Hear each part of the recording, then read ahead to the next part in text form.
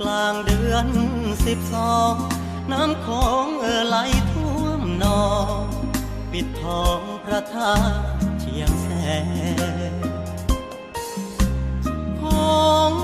กันกลางระหว่างพรมแดนเฮาบ่เห็นหน้าแฟนปิดแดนเสียแล้วละนาจังใดสิได้เจอน้องค่ำคืนได้ยืนจ้องมองเบิ่งโคงไหลลองใจหายของคงหูยอดชู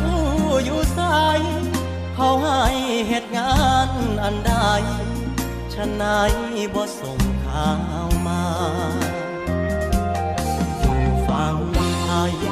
อธิปไตยเสรีอยู่ดีกินดีอุดมไปด้วยข่าวพาเจ้าอยู่เวียงจันทน์อ้ายคิดทอดหลายเวลาเห็นน้ำโขงเอื่อยมาคงเหมือนน้ำตาจาบันโอ้หากคุณอ้ายมีฝั่งซ้ายฝั่งขวาคืนดีคงมีหักร่วมสุขสันต์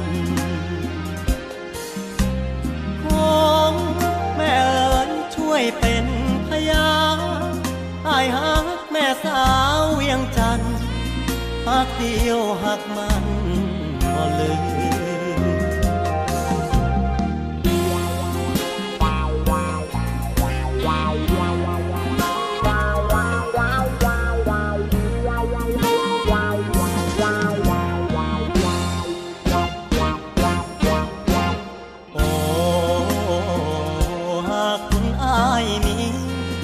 ฝั่งซ้ายฝั่งขวาคืนดี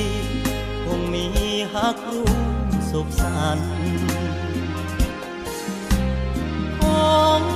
แม่เอ๋ยช่วยเป็นพยานอ้ายหักแม่สาวเวียงจันทน์หักเดียวหักมัน